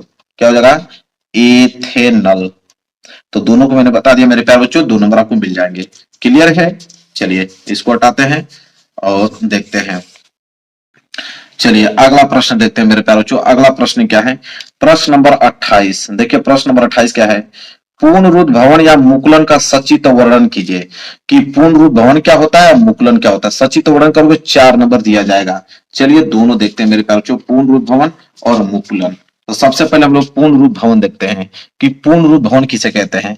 देखिए सिंपल है कि जब किसी एक कोशिक अथवा बहुकोशिक, एक कोशिक तथा बहुकोशिक जीव का कोई अंग कट जाने पर वह उस स्थान पर पुनः नया अंडा प्राप्त कर लेता है, यह प्रक्रिया पुनरुद्ध भवन कहलाती है। मेरे प्यारों बच्चों, चाहे वो एक कोशिक हो चाहे बहुकोशिक है, अगर उसका कोई एक अंग कट जाता है तो वो पुनः वहां पे वो जो है अंग जुड़ जाएगा, जुड़कर पुनः अंग बन जाएगा, ठीक है। कोई है अगर वहां से काट देते हो इसको तो पुनः ज्वाइंट हो जाएगा वहां पे, उसी प्रक्रिया को पुनरुद्धान कहते हैं, मतलब पुनर्जनन, ठीक है। जैसे में आपका प्लेनेरिया हुआ, अब वर्णन किया था, चित्र बनाने के लिए दिया था, तो चित्र बनाना पड़ेगा। देखिए यही प्लेनेरिया का चित्र है, प्लेनेरिया का मेरे प्यारे बच्चों यही चित्र है। आप देख पा रहे हो मेरे प्यारे बच्चों कि यहाँ पर अगर काट दे रहे हो, ठीक है, यहाँ पे आधा अगर हम काट दे रहे हैं किसी चीज को, तो यहाँ पे पूरा जनन हो जाएगा, यहाँ से फिर कोशिकाएं इसके बाहर निकलती रहेंगी। निकलने के बाद मेरे प्यारे बच्चों देखोगे तो यहाँ पे इस तरह हो जाएगा। कोई चीज अगर इस तरह है, ठीक है, इसको मैं यहाँ से देखिए आधा काट दिया, काटने के बाद यहाँ से फिर वह निकलने लगा, निकलने के बाद देखिए जब पूरा फिर उसी अवस्था में आ गया, तो इसी को बोलते हैं पुनर्जनन या पुनरुद्ध भवन, ठीक है। एक मुकुलन होता है मेरे प्यारे बच्चों कि जब किसी जीव के उदर भाग में कोई उबार, उभार मतलब होता है मुकुल, तो जब किसी जीव के उदर भाग में कोई मुकुल उत्पन्न हो जाता है और वह धीरे धीरे वृद्धि करके उस जीव का रूप ले लेता है और उस जीव से अलग हो जाता है, और यह प्रक्रिया मुकुलन कहलाती है। जैसे में हाइड्रा हुआ मेरे प्यारों से, ठीक है, जैसे में हाइड्रा हुआ तो उसको भी मैं दिखा देता हूँ मेरे प्यारों से, देख लीजिए। जैसे में यह है, यहाँ पे देखिए धीरे धीरे यहाँ पे उस रूप का धारण करने लगा, धीरे धीरे मुकुलन हो गया, मुकुलन होने के कारण फिर उसी रूप का फिर यहाँ पे एक आकार ले लिया हुआ, ठीक है, उसी को बोलते हैं मेरे प्यारे मुकुलन। कितना सिंपल है। तो यहाँ पे मेरे पास चित्र बना लेना। अगला प्रश्न देखेंगे, प्रश्न नंबर 29। क्लियर है कि मनुष्य में लिंग निर्धारण प्रक्रिया का सचित्र वर्णन कीजिए, और 4 नंबर के लिए प्रश्न पूछा जाता है। तो मनुष्य में लिंग निर्धारण प्रक्रिया का सचित्र वर्णन करना है। तो मानव में लिंग निर्धारण देखिए क्या होता है कि मानव में, ध्यान से नोट कीजिएगा कि मानव में प्रत्येक कोशिका में, तो मानव के हर एक प्रत्येक कोशिका में 23 जोड़े गुणसूत्र पाए जाते हैं। ये बात आपको भी मालूम है, 23 जोड़े गुणसूत्र पाए जाते हैं, और इनमें 22 जोड़े गुणसूत्र जो होते हैं एक समान होते हैं, ठीक है। 23 जोड़े गुणसूत्र पाए जाते हैं, ठीक है। जो होता है ना कि मानव में गुणसूत्रों की संख्या 46 होती है, क्योंकि 23 जोड़ा होता है तो 23 का दूना 46 होता है। तो मानव में प्रत्येक कोशिका में 23 जोड़े गुणसूत्र पाए जाते हैं। इनमें से 22 जोड़े गुणसूत्र समान होते हैं, मतलब एक समान होते हैं, जिन्हें हम क्या बोलते हैं, ऑटोसोम्स कहते हैं। क्या बोलते हैं, ऑटोसोम कहते हैं। तथा 23वां जो जोड़ा होता है, तो 23वां जोड़ा क्या होता है मेरे प्यारे बच्चों, असमान होता है। 22 जोड़े तो समान होते हैं, लेकिन 23वां जोड़ा असमान होता है, जिसे हम लोग क्या कहते हैं, लिंग गुणसूत्र कहते हैं, क्योंकि वही 23वां जोड़ा जो होता है वो लिंग गुणसूत्र को निर्धारण करता है। 22 जोड़े तो समान होते हैं, 23वां जोड़ा असमान होता है, जिसे हम लोग लिंग गुणसूत्र कहते हैं। फिर लिखेंगे नर के, जो हम लोग हैं, नर के 23वें जोड़े में क्या होता है कि एक यक्ष गुणसूत्र होता है, एक वाई गुणसूत्र होता है। 22 जोड़ा तो समान होता है, 23वां जोड़ा असमान होता है। उसी 23 जोड़ों में जो असमान होता है, उसी 23वें जोड़े में एक यक्ष गुणसूत्र होता है और एक वाई गुणसूत्र होता है। जबकि मादा की अगर हम बात करें महिलाओं में, तो मादा में 23वें जोड़े के गुणसूत्र समान होते हैं। नर में तो 23वें गुणसूत्र असमान होते हैं, जिसमें से एक एक्स हुआ एक वाई हुआ। लेकिन लड़कियों में मादा में 23वां गुणसूत्र समान होता है, जिन्हें हम एक्स एक्स से प्रदर्शित करते हैं। ठीक है। अतः नर में दो प्रकार के शुक्राणु बनते हैं। एक तो वे जिनमें 22 प्लस एक्स तथा दूसरे वे जिनमें 22 प्लस वाई। क्योंकि उसके 23वें जोड़े में एक्स वाई बनते हैं, तो एक एक्स इसके साथ जुड़ जाएगा 22 प्लस एक्स, और यह वाई जो है इसके साथ जुड़ेगा वाई प्लस वाई। गुणसूत्र पाए जाते हैं। और इसके विपरीत अगर हम मादा की बात करें, तो मादा के सभी अंडाणु में 22 प्लस एक्स गुणसूत्र पाए जाते हैं। इसलिए पाए जाते हैं क्योंकि इनके जो 23वें जो गुणसूत्र होते हैं उसमें समान गुणसूत्र पाए जाते हैं, एक्स एक्स। तो 22 प्लस एक्स 22 प्लस एक्स। तो वही कह रहा है कि इसके विपरीत मादा के सभी अंडाणु में 22 प्लस एक्स गुणसूत्र पाए जाते हैं। फिर लिखेंगे निषेचन के समय जब किसी अंडाणु से यक्ष गुणसूत्र वाला शुक्राणु मिलता है, तो होने वाली संतान स्त्री होती है। ठीक है। अगर निषेचन के समय अगर हमारे अंडाणु से यक्ष गुणसूत्र और शुक्राणु से, ठीक है, मिलता है, तो होने वाली संतान स्त्री होती है। लेकिन जब किसी अंडाणु से वाई गुणसूत्र वाला शुक्राणु मिलता है, तब पैदा होने वाली संतान पुत्र या बेटा होता है। क्लियर है, यहां तक समझा गया ना कि निषेचन के समय जब किसी अंडाणु से अगर यक्ष गुणसूत्र वाला शुक्राणु मिल जाता है, तो संतान जो प्राप्त होगी वो स्त्री होगी। लेकिन जब किसी अंडाणु से वाई गुणसूत्र वाला शुक्राणु मिलता है, तब पैदा होने वाली संतान पुत्र या बेटा होता है। इस प्रकार हम कह सकते हैं कि नर का 23वां जोड़ा मानव में लिंग निर्धारण करता है। बिल्कुल, 23वें जोड़ा तो मानव में लिंग निर्धारण करेगा, क्योंकि उसी में तो असमान गुणसूत्र पाए जाते हैं यक्ष और वाई के। तो वही कह रहा है कि यक्ष गुणसूत्र अगर शुक्राणु से मिल जाएगा तो स्त्री होगी, और वाई गुणसूत्र अगर शुक्राणु से मिल जाएगा तो पुत्र या बेटा प्राप्त होगा। तो वही बात हुआ ना, 23वां जोड़ा ही ना मानव में लिंग निर्धारण करता है। नर का 23वां जोड़ा जो है मानव में लिंग निर्धारण करता है। बस मेरे प्यार बच्चों, हो गया। कितना सिंपल है मेरे प्यार बच्चों, क्लियर है, कभी भूल नहीं पाओगे मेरे प्यार बच्चों। आगे बढ़ते हैं, अगला देखिए, अगला प्रश्न देखेंगे मेरे प्यार बच्चों। अगला प्रश्न जो है प्रश्न नंबर 30वां। प्रश्न नंबर 30वां है कि प्रकाशानुवर्तन तथा गुरुत्वानुवर्तन को उपयुक्त चित्रों की सहायता से परिभाषित कीजिए। कि प्रकाशानुवर्तन क्या होता है और गुरुत्वानुवर्तन क्या होता है। तो गुरुत्वानुवर्तन और प्रकाशानुवर्तन चलिए जानते हैं मेरे प्यार बच्चों। तो यहां पे मेरे प्यार बच्चों हम लोग लिखेंगे कि प्रकाशानुवर्तन, हेडिंग आप डालोगे। इसमें बहुत सिंपल है। प्रकाशानुवर्तन क्या होता है कि पेड़ पौधों के विभिन्न अंगों द्वारा प्रकाश की दिशा में होने वाली गति को प्रकाशानुवर्तन कहते हैं। मतलब सिंपल, आपको मैं एक बात बता दूं कि प्रकाशानुवर्तन होता क्या है। कि अगर मान लीजिए कि ये आपका घर है, क्या है, ये घर मैंने बना दिया। इस घर में मेरे प्यार बच्चों अगर कोई मैं एक गमला ले लिया और इस गमला में मैंने एक पेड़ लगा दिया। क्या लगा दिया, पेड़ लगा दिया मेरे प्यार बच्चों। इस गमला में मैंने एक पेड़ लगा दिया और यहाँ पे मैंने छिद्र छोड़ा कि सूर्य का प्रकाश यहाँ इस पेड़ पर पड़े। तब जो सूर्य का प्रकाश इस पेड़ पर पड़ेगा, तो कहां पड़ रहा है सूर्य का प्रकाश, यहाँ पे मेरे प्यार बच्चों इसके तने पर पड़ रहा है। तो तने पर पड़ रहा है, तो बोला कि पेड़ पौधे के विभिन्न अंगों द्वारा प्रकाश की दिशा में होने वाली गति को प्रकाशानुवर्तन कहते हैं। जब पौधा की गति वृद्धि सूर्य के प्रकाश की ओर होता है, तो उसे धनात्मक प्रकाशानुवर्तन कहा जाता है। जैसे में तना हुआ, तना जो है मेरे प्यारे बच्चों, सूर्य का प्रकाश कहां पड़ रहा है, तना पे। तो तना पे पड़ा है, तो तने की जो वृद्धि होगी वो सूर्य के प्रकाश की ओर होगी, इस तरह बढ़ती जाएगी। सूर्य के प्रकाश की ओर जो है उसका विकसित होता जाएगा, क्योंकि प्रकाश जो है उसका तने पे पड़ रहा है।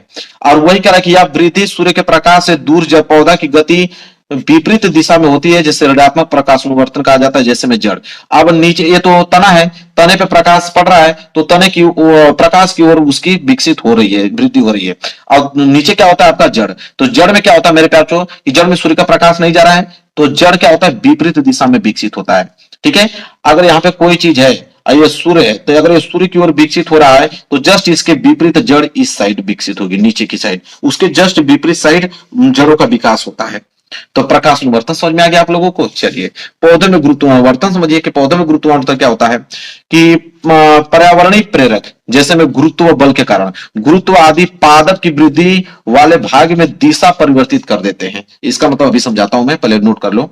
यह दिशिक या अनुवर्तन गतियां उद्दीपन की ओर या उससे विपरीत हो सकती हैं। हम जानते हैं कि एक पादप की जड़ सदैव नीचे की ओर तथा प्रारोह जो उसका तना होता है वो ऊपर की ओर अर्थात पृथ्वी से दूर वृद्धि करता है।